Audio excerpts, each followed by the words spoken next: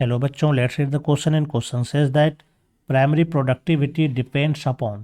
तो यहाँ पर पूछा जा रहा है कि जो प्राइमरी प्रोडक्टिविटी है किस पर डिपेंड करता है। तो प्राइमरी प्रोडक्टिविटी के डिपेंड के लिए कई फैक्टर चाहिए। तो इसका की कॉन्सेप्ट हम लोग समझते हैं।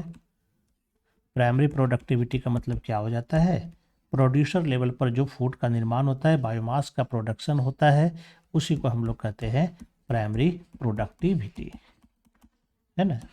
प्रोड्यूसर लेवल पर यानी कि ग्रीन प्लांट्स अगर बनाता है फूड, बायोमास का प्रोडक्शन करता है, तो इसको हम लोग प्राइमरी प्रोडक्टिविटी कहते हैं। तो इसका जो अमाउंट डिपेंड करता है, तो जैसे कि सोलर एनर्जी पर डिपेंड करेगा,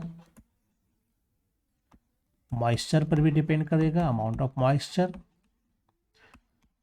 लेवल ऑफ न्यूट्रिएंट्स, जो वहाँ न्यूट्रिएंट्स अवेलेबल है उस पर भी डिपेंड्स करेगा, है ना। टेम्परेचर पर डिपेंड करेगा, और इसके अलावा कार्बन डाइऑक्साइड है, अन्य मटेरियल्स है, यह सब पर डिपेंड करता है।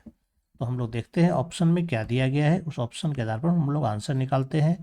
पहला कहता है अवेलेबिलिटी ऑफ न्यूट्रिएंट्स।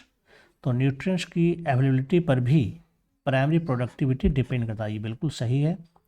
सेकेंड में फोटोसिंथेटिक कैपेसिटी ऑफ प्लांट, ये भी सही हो जाएगा, क्योंकि फोटोसिंथेटिक कैपेसिटी का मतलब है कि उसमें क्लोरोफिल का अमाउंट सही से है, एक्टिव है या नहीं है, नंबर ऑफ क्लोरोप्लास्ट कितना है ना।